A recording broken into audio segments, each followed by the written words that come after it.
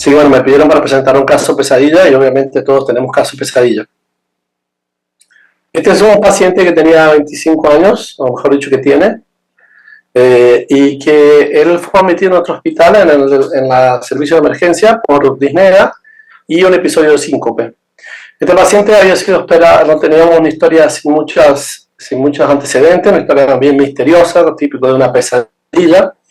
Él había sido seguido en otro hospital aquí en Brasil, pero vino hacia nosotros después de todos esos años diciendo que había sido operado de una cardiopatía congénita y él por temor a un médico y todo lo demás se desapareció y vino sin ningún tipo de relato, sin ningún tipo de conocimiento de lo que había sido hecho con él.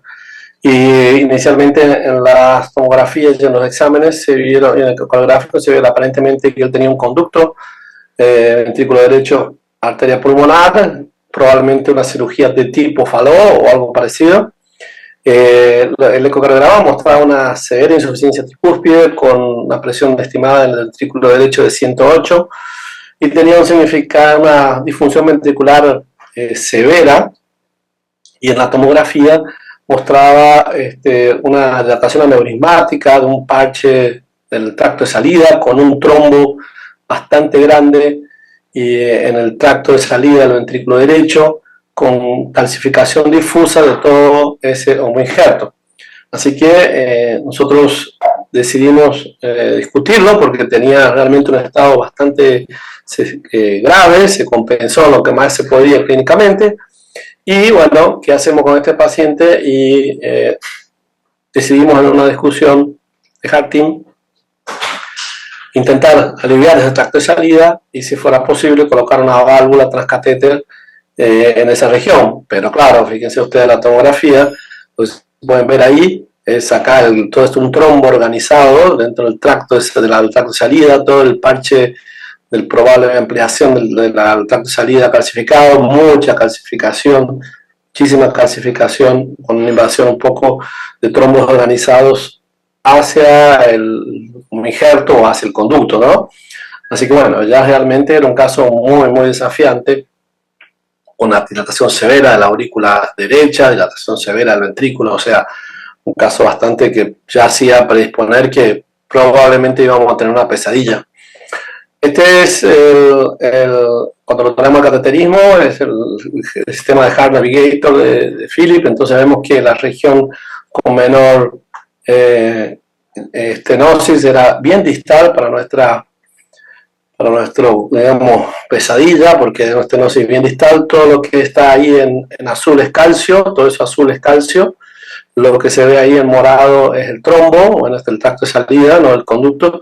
Entonces muchísimo calcio, con una estenosis bien distal, la coronaria por la tomografía pasando más o menos cerca, pero eso mucho no le damos bola, siempre tenemos que hacer el test. Entonces bueno, vamos al cateterismo. Fíjense ustedes, una disfunción severísima del ventrículo derecho.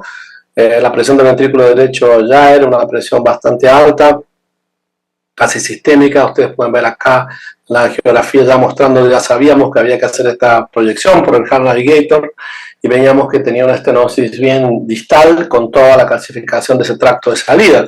Así que bueno, estábamos en una encrucijada. ¿Qué hacer? Mucho calcio, si uno lo toca puede romper, si uno no lo puede dilatar, pero había que de hecho hacerle algo porque el ventrículo estaba totalmente con disfunción ventricular. Entonces hicimos lo que más o menos siempre vamos haciendo. Con balón primero no fue el Atlas, fue un balón para interrogar esa estenosis más distal, como para empezar a aliviar ese ventrículo. Así que fuimos con un balón complaciente, vimos que una cintura era más o menos parecida con la tomografía, que medía 12, así que empezamos con un Atlas 12, después fuimos con un Atlas 14, y después fuimos con un Atlas 16, como ustedes pueden ver aquí, para dilatar ese tracto de salida, ¿no?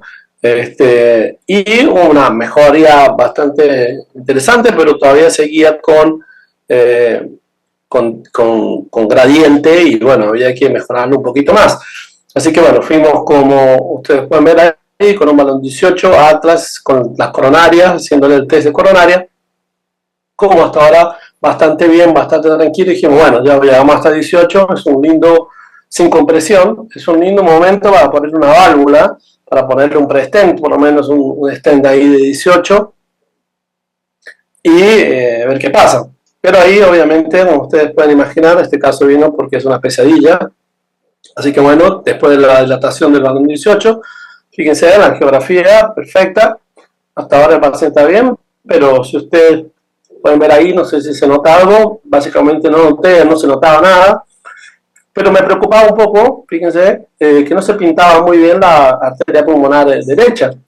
Yo digo, bueno, ¿qué está pasando aquí? El paciente estaba relativamente bien, se fue la angiografía luego después del 18, antes de poner el stent, siempre después de cada dilatación uno le hace las angiografías y se veía bastante tranquilo.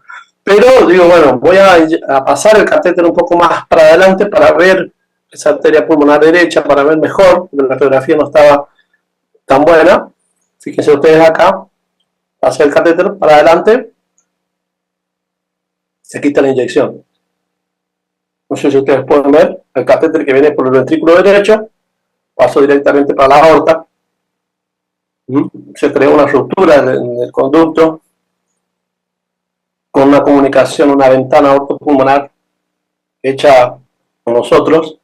Obviamente el paciente no le gustó mucho, empezó a ponerse muy mal, ¿no? Es una complicación severa que no tiene en implante válvula y rara.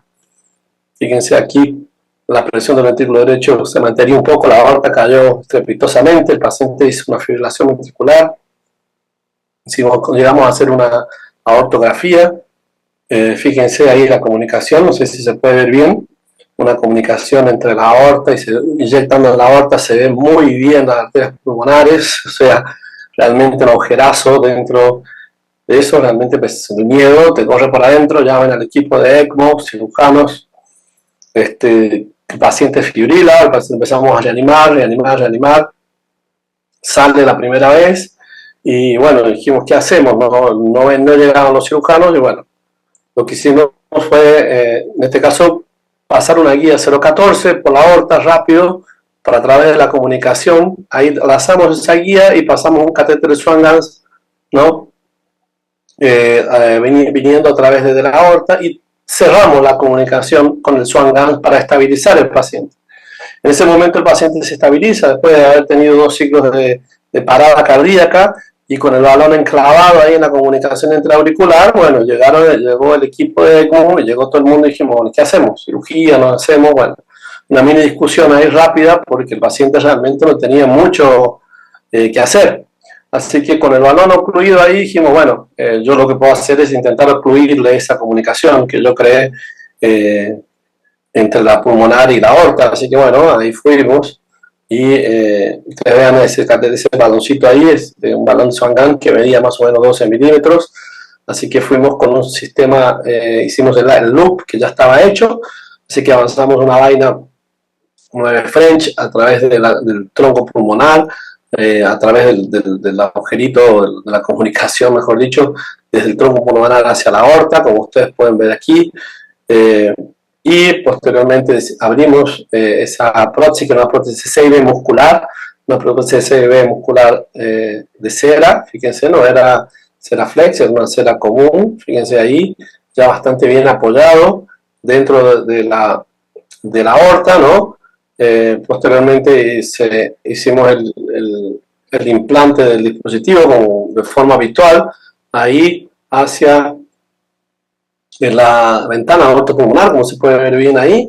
No había shunt residual o había discretísimo shunt a través del transesofágico. Fíjense, el paciente hiperdinamico, obviamente, el paciente estaba con drogas activas, estaba bastante jodido después de 2 paradas cardíacas, pero bueno, le liberamos el dispositivo, porque nos pareció que estaba muy bien, y realmente el dispositivo quedó ahí. Nuestra taquicardia también estaba parecida con la del paciente. Estábamos con niveles altísimos de adrenalina.